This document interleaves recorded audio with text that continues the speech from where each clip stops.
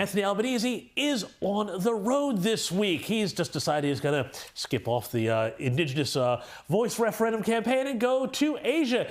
He is now in the Philippines on his way to China and joining us, or should I say, China. And he's going to be chatting all things to chat to us. Here's Andrew Phelan, a former DFAT Australia-China Council scholar. Andrew, thank you so much for joining us here. First of all, I want to ask you about this trip that the Prime Minister is making to the Philippines. There's been some big news out of that this week, but we don't necessarily often think about the Philippines in terms of the broader strategic architecture of the Pacific. Fill us in on why this is so important, Andrew. We do not, and thanks for having me on, James. It's interesting, you know, President Bongbong Marcos' son is here in Melbourne, studying at Melbourne University, and in New York there's a Broadway musical about his mum, with a soundtrack by David Byrne and Fatboy Slim. So interesting that Albo's decided to take a little side tour into Manila, the first Australian PM to do so since John Howard 20 years ago, and it's important.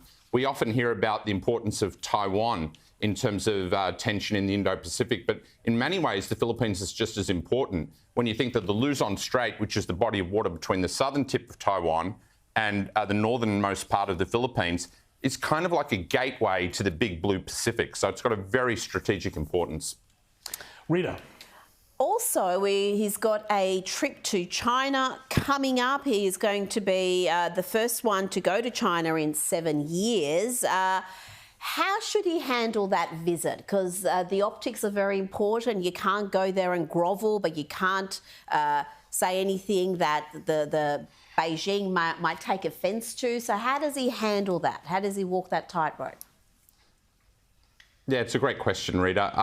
I think pros and cons of this visit. I'm not sure I'd be telegraphing my conditions before I went on the trip. So Albo said, you know, the release of Yang Hangjun and Chung Lei, the getting rid of the remaining tariffs on our wine, on our crayfish and so on is not a precondition to his visit. I'm not sure I would have telegraphed that. There's a big kind of power imbalance between the two countries. They're about 40% of our exports. We're about 2% of theirs. So on the one hand, we, Albo often says, you know, it's good to talk. And that's often the case, but not always the case. I don't think we should be talking for the sake of talking unless we're going in and bargaining hard for a particular outcome. So, and he also talks about the 50th relations of diplomatic ties, which of course were started by under Gough Whitlam in 1972. I think that's largely symbolic and not terribly substantive. But I think Albo likes to see himself as a kind of great man of history. So we'll see. We'll see how we go. Well, Andrew, how many cards does the Prime Minister have here? Because obviously China has tried to tone down the wolf warrior diplomacy. We're out of the era of Scott Morrison. We're out of that contentious period over COVID. We still don't know where that came from, and I guess we'll never know, but whatever. But Andrew, what about the Chinese economic condition right now? How much of that is playing into their need to wind up being a bit more, shall I say, Pacific towards countries like Australia? Yeah. Well, I think we do know where COVID came from, but I'll just put that in the parking lot for the time being. But yeah, China's going through an enormous change. I think the 30 years of openness and investment and China being the world's factory, to a large degree, that period of its economic development has run its course. And I think that has profound implications for Australia in particular and the rest of the world. Having said that, China still places great importance on a reliable supply of iron ore and also lithium.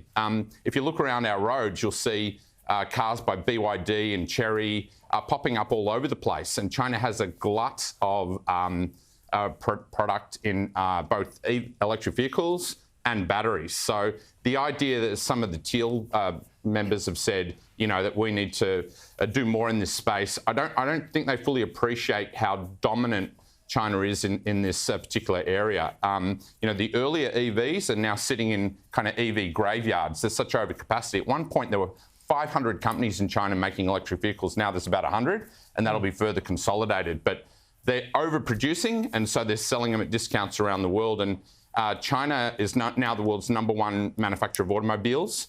And it's kind of leapfrogged the rest of the world, in fact, on EVs while they've been asleep at the wheel, pun intended. James McPherson. Andrew, I just wanted to ask you about the G20. The Prime Minister's just been there. Interestingly, Xi Jinping was not there. The first time since 1999, I think, that a Chinese president has not been present. Why was he not there? And second, whilst Albanese spoke very strongly against Russia's invasion of Ukraine, the G20 didn't condemn it. They simply urged a peaceful resolution. How is it that Albanese can be so out of step with the statement ultimately issued? Well, your second question, I'll deal with your second question first, James. India has very much had a non-aligned movement mentality, and it's growing at 7%. It's going to become more powerful over time, and it's reluctant to be involved in alliances, although the Quad, which is relatively informal and still forming, might be an exception to that because China and India are rivals. They've had skirmishes on their border in the Himalayas. The Indians are they have a very robust democratic media, and they've been, if you ever see Why on News, for example, they're very critical of China. In terms of China's social media apps, WeChat, etc., TikTok, they just banned them outright. No mucking around in India, very robust. But I think another reason that Xi is not going there is that he sees himself now as kind of the leader of the global South and presenting an alternative model of governance. And of course, the massive debt in China has thrown questions around, whether the Chinese model is in fact superior. But it's partially a snub to India and not wanting to confront Modi, although they were both at the BRICS meeting in South Africa recently. And it's partly a snub to the US. The US has been sending people like Commerce Secretary Raimondo, Janet Yellen, for example, recently, and haven't been getting much traction at all. So I think they're the reasons that he's sort of sitting this out, and he's sending his deputy, the new Prime Minister Li Qiang, in his place. Andrew, we're going to have to leave it there. Thank you so much for your insights. We're going to have you on again on Outsiders to talk all things Asia, foreign policy, Albo, and Xi. Andrew Phelan, thank you so much.